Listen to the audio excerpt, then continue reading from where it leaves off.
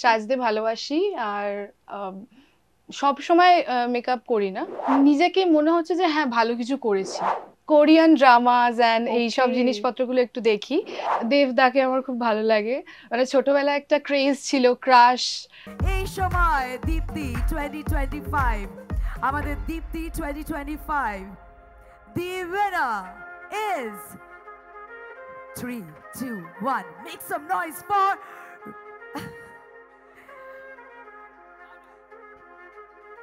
contestant number 17. Let's do it together, Shubhasri. 3, 2, 1. Rituparna Das. Everybody.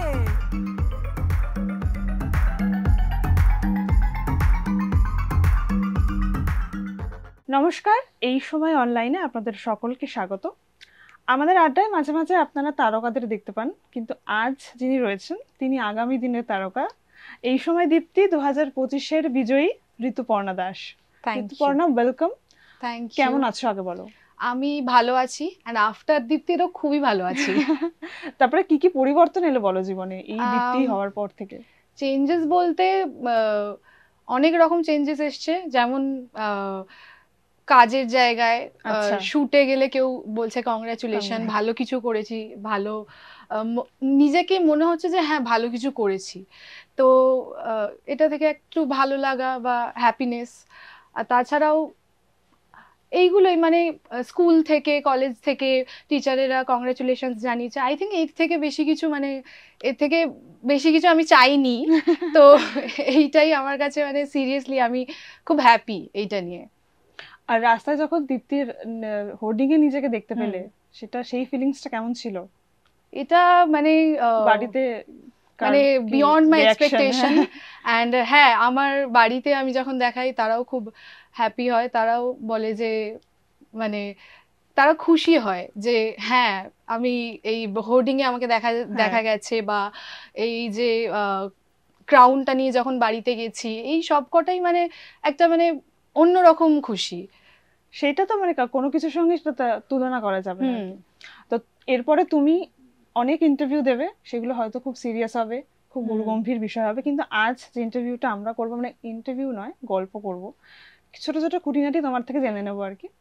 সেটা একদম খুব আড্ডার মোড়কে আমরা করতে চলেছি। আমরা ছোট ছোট একটা র্যাপিড ফায়ার প্রশ্ন করবো তোমাকে, তুমি একদম চটজলদি উত্তর দেবে।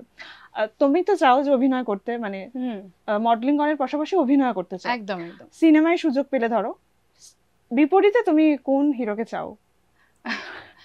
এই ব্যাপারে যদি বলি তাহলে যে কোনো একজনের আমি নাম একদমই নিতে পারবো না, বিকজ ছোটবেলা থেকে অনেকের অ্যাক্টিং দেখেছি এবং শিখেছি, এবং তাদের থেকে ইন্সপায়ার হয়েই অভিনেত্রী হতে চাওয়ার যে ইচ্ছেটা তৈরি হয়। তো এখান থেকে যদি বলি, আমার খুব ভালো লাগে অনির্বাণ দাকে, হ্যাঁ পরমব্রত দাকে, তো আমার খুব ফেভারিট।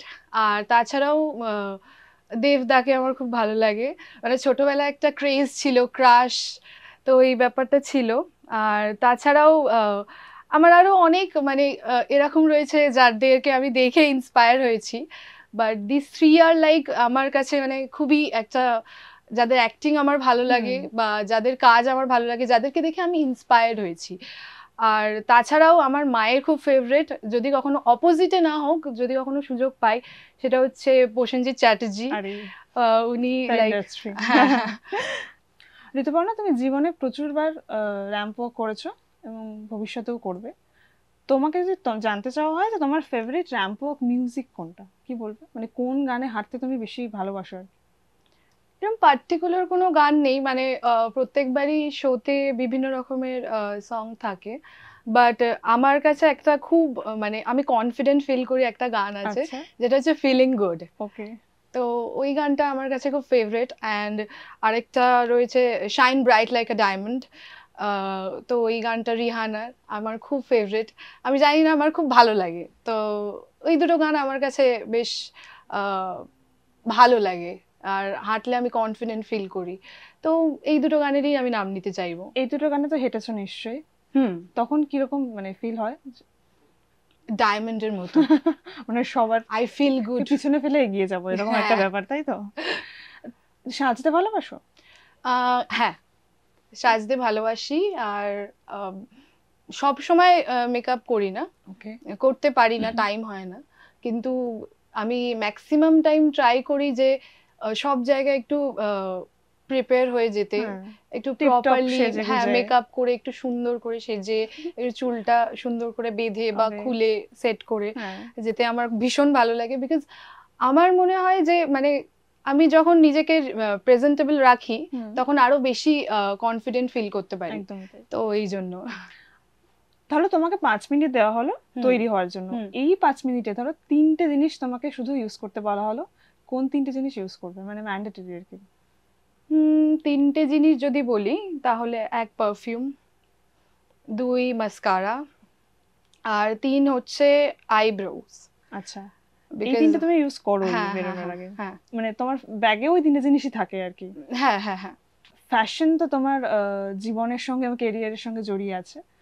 তোমাকে যদি জানতে চাওয়া হয় যে তোমার এই মানে এই পর্যন্ত সেরা ফ্যাশন অ্যাডভাইস, ফ্যাশন পরামর্শ তুমি কার কাছ থেকে পেয়েছো, সেটা কোনো তারকা হতে পারে, সেটা তোমার কাজের ক্ষেত্রে দেখা হওয়া কোনো ব্যক্তি হতে পারে। অ্যাডভাইস যদি বলি এরকম ভাবে অ্যাডভাইস পাইনি কোথাও থেকে যে মানে কেউ ধরে শিখিয়ে দেবে এটা পড়ো ওটা পড়ো, এরকম কোনো কিছু হয়নি। বাট হ্যাঁ, বাট আমি একটু যেহেতু কোরিয়ান ড্রামাস অ্যান্ড এইসব জিনিসপত্রগুলো একটু দেখি, আর আমি একটু ড্রামা দেখতে পছন্দ করি, তো ওইগুলো থেকে আমি দেখতাম যে তাদের dress up and makeup and everything like আমার খুব ভালো লাগে দেখতে, যে হ্যাঁ এত সুন্দরভাবে ড্রেস আপ করে, এত সুন্দরভাবে মেকআপ করে। তো আমি তারপর নিজে একটু ট্রাই, আর এটা স্টার্ট হয়েছিল বেসিক্যালি যখন আমাদের লকডাউন চলছিল। আচ্ছা, তো তখন আমি বেসিক্যালি স্টার্ট করি এইসবগুলো দেখা, বিকজ বাড়িতে কোনো কাজ নেই, বাড়িতে বসে ওইগুলোই দেখতাম, আর তখন ওগুলোই আসতো ট্রেন্ডিং এ। তো আমি দেখতাম, দেখতে দেখতে ভাবতাম এরা কত সুন্দরভাবে ড্রেস আপ করে, এরকম ভাবে ড্রেস কিনবো, এরম ভাবে সাজবো, এরম ভাবে অ্যাক্সেসরিজ কিনবো। তো এই ওখান থেকেই সব স্টার্ট। তার মানে প্রচুর সোশ্যাল মিডিয়ায় প্রচুর ফ্যাশন পেজ এগুলো তোমার ঘাটাঘাটি করা হয়? না, সেভাবে করা হয় না, বাট ওই আর কি, মানে ওই যেগুলো ট্রেন্ডিং এ থাকে সেই রকম ফলো করে নি, ট্রেন্ডের সাথে চলার জন্য, ট্রেন্ডে গা ভাসানোর জন্য। আচ্ছা, সাজে তো তুমি মোটামুটি ভালোবাসো বললে, কিন্তু সেলফি তুলতে? সেলফি তুলতে সবাই ভালোবাসে, তুমিও? সেলফি তুলতে হ্যাঁ ভালো লাগে, আগে আরো ভালো লাগতো যখন কলেজে ছিলাম, যখন স্কুলে পড়তাম কলেজে পড়তাম তখন আরো বেশি সেলফি হোলিক ছিলাম। আচ্ছা, বাট এখন অতটা, যেহেতু ফটোশুটেই অনেক ফটো উঠে যায়, তাই জন্য এখন আর ওই অতটা ফোনের গ্যালারিতে খুব একটা সেলফি নেই বলছো? না, ফোনের গ্যালারিতে সেলফি আছে, সেটা তো থাকবেই। হ্যাঁ আছে, আমার মোটামুটি ফোনের গ্যালারিতে, দুটো ফোনের গ্যালারিতে মিলিয়ে যদি বলি 2-3 হাজারটা তো সেলফি আছে। ও আচ্ছা, অনেক আছে। হ্যাঁ, তাহলে কোন অ্যাঙ্গেল, মানে সেলফি তোলার কোন অ্যাঙ্গেলটা তোমার সবচেয়ে পছন্দ, যেটাতে তুমি খুব কমফোর্টেবল মনে হয় যে এই ছবিটা তুললে আমি পোস্ট করবো এই সোশ্যাল মিডিয়ায়? আমার অ্যাঙ্গেল যদি বলি, আমার লেফট প্রোফাইলটা আমি বেশি প্রেফার করি, জানি না কেন। তো আমি কেউ বলে দিয়েছে নাকি নিজেই বুঝেছো? না, ক্যামেরা ট্রাই করতে করতে নিজেই বুঝে। হ্যাঁ, তুমি এখন তো কালো জামা পরে আছো, কালো রঙের একটা সুন্দর ড্রেস পরে আছো, এমনিতে তোমার পছন্দের রং কি, মানে কোন রঙের পোশাক পরতে তুমি ভালোবাসো?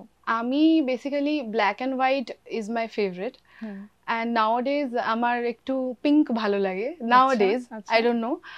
তো বেশিরভাগ ড্রেস যদি বলি আমার ওয়ার্ড্রবে হোয়াইট, তারপরে ব্ল্যাক, তারপরে আদার কালার্স গুলো থাকে।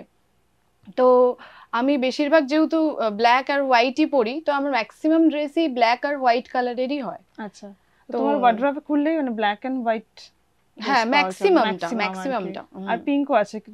পিঙ্ক আছে, গ্রিন আছে, সবই আছে, বাট ব্ল্যাক আর হোয়াইট মেজর একটা জায়গা নিয়ে রেখেছে। র্যাম্পো নিয়ে আমরা কথা বললাম একটু আগে, তো এরকম ঘটনা জানি না কখনো তোমার জীবনে ঘটেছে কিনা, র্যাম্পো করতে গিয়ে ধরো তোমার হাই হিল পরে, স্বাভাবিকভাবেই হাই হিল পরেই র্যাম্পো করি আমরা, তো র্যাম্পো করতে গিয়ে তোমার পাটা ধরো মচকে গেল, দেন তুমি সেই মোমেন্ট মানে মুহূর্তে কিভাবে সামলাবে নিজেকে, পরিস্থিতি? সেই মোমেন্টে এই মচকে যাওয়ার ব্যাপারটা আগেও হয়ে গেছে, মানে আমরা যখন ছোট মানে ছোট ছিলাম, আমি একটু মানে আগে যখন ছোটবেলা থেকে প্র্যাকটিস করতাম জুতো কিনে, তখন আমি ভাবতাম যে মানে হাঁটবো, একটু দেখতাম টিভিতে, ফ্যাশন মুভিতে দেখতাম, তারপর আরো সব অ্যাক্ট্রেসদের দেখতাম কি করে এরা হাঁটে। তো আমি ফার্স্ট একটা নিজের পকেট মানি থেকে একটা হিল কিনেছিলাম, ওটা পরে প্র্যাকটিস করেছি, আমি বাড়িতেও পরেছি, ইনফ্যাক্ট ফার্স্ট একটা পেজেন্টে গেছিলাম, ওখানেও আমি পরে গেছিলাম। তো এই পড়ার ব্যাপারটা না মানে প্র্যাকটিসের টাইমে করতে গিয়ে, তো ওই পড়ার ব্যাপারটা হয়ে গেছে, ওই ব্যাপারটায় মানে তখন খুব আনকমফোর্টেবল হয়ে যেতাম। হ্যাঁ, যদি কখনো র্যাম্পের ওপরে যদি পড়ে যাই তাহলে ডেফিনেটলি ট্রাই করব জুতোটাকে সাইড করে দেওয়ার, করে দিয়ে যাতে বের ফুটে হেঁটে যাওয়া যায়। আর যদি বের ফুটে হেঁটে না যাওয়া যায়, জুতোটা যদি অ্যাডজাস্ট করা যায়, তাহলে আমি সঙ্গে সঙ্গে অ্যাডজাস্ট করে আবার হেঁটে নেব। যারা মডেলিং করে বা যারা এই ধরনের মানে অভিনয় করে, তাদের সম্পর্কে ধারণা আছে যে তারা কিছুই খায় না, সবসময় ডায়েট করে, কড়া ডায়েটে থাকে। তুমি কি কড়া ডায়েট করো? না, আমি খুব একটা ডায়েট করি না, বিকজ আমি খেতে ভালোবাসো, খুবই ভালোবাসি। ইয়েস, খুবই ভালোবাসি। হ্যাঁ, সর্বভোগ না, হ্যাঁ হ্যাঁ হ্যাঁ সব খাই, যেমন সুইট, হ্যাঁ, chocolates, cakes, biryani, everything. Like I love বাহার কা খানা। মানে রাস্তায় বেরোলেই ফুচকা টুচকা এগুলো চলে। ইনফ্যাক্ট বাড়িতেও নাওয়াডেজ, আগে ছোটবেলায় আমরা মানে আমি পছন্দ করতাম না পার্সোনালি যে ভাত খাবো না, এই ব্যাপারটা ছিল। এখন আমার খুব একটা ভাতের ক্রেভিং হয়। আমি জানি না এই জিনিসটা হয়তো হওয়া উচিত নয়, কিন্তু ভাত খেতে sometimes I feel illegal, but হ্যাঁ ভাত খাই।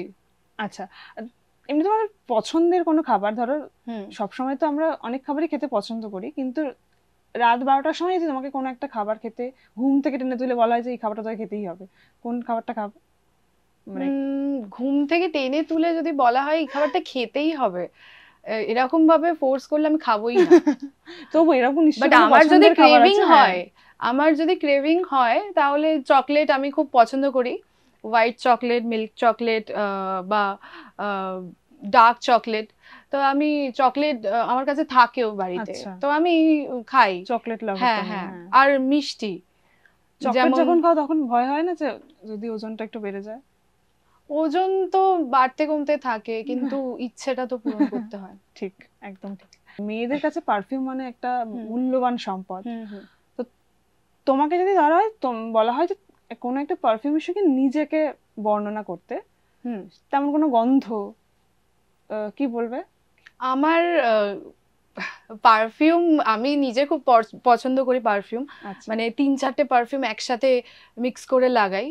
তো আমার নিজের যদি আমার নিজের যদি কোনো পারফিউম, কোনো কিছু যদি বলি একটা ফ্রেগ্রেন্স, তাহলে মিক্সড পারফিউম হবে, বিকজ সব পারফিউম মিলিয়ে আমি নিজে লাগাই। তো আমার মনে হয় যে ওই মিক্সড পারফিউমটাই আমার স্মেল হবে, মানে কোনো পার্টিকুলার নেই। বাট হ্যাঁ, আমার একটু জুঁই ফুলের স্মেলটা খুব পছন্দ আমার। আচ্ছা, তাহলে তো জুঁই ফুলের স্মেলটা তোমার মানে মাখলে একটা আত্মবিশ্বাসও বাড়ে নাকি?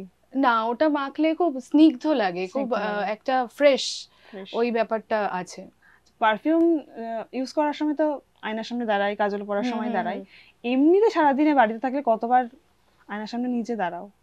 আয়নার সামনে আমি মানে মোটামুটি অনেকক্ষণই, মানে আমি যখন রেডি হই তখন আমি সবসময় মানে দেখি যে কতক্ষণ ঠিক লাগছে কিনা, এইখানটা ঠিক আছে কিনা, ওখানটা ঠিক আছে কিনা, লিপস্টিকটা ঠিক লাগছে কিনা, হ্যাঁ মানে মেকআপ এইটা ঠিক, চুলটা ঠিক আছে কিনা। মানে একটু আগেও যখন আমাদের মেকআপ হচ্ছিল তখনও মানে সেম জিনিসটাই আমি করছিলাম। তো আমি দেখি, কিন্তু হ্যাঁ যখন এমনি বাড়িতে শুয়ে থাকি আমরা লেজি হয়ে, তখন অতটা দেখি না।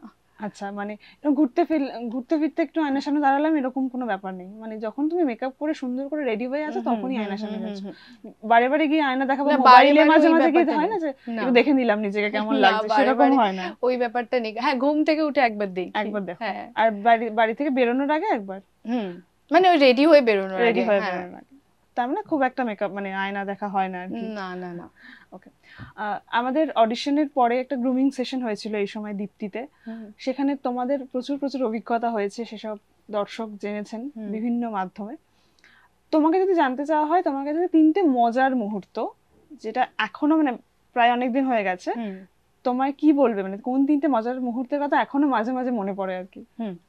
আমার যদি বলি 3টে মজার মুহূর্ত, তাহলে ফার্স্টেই আমি যেটা বলবো, আমাদের একটা গেম হয়েছিল।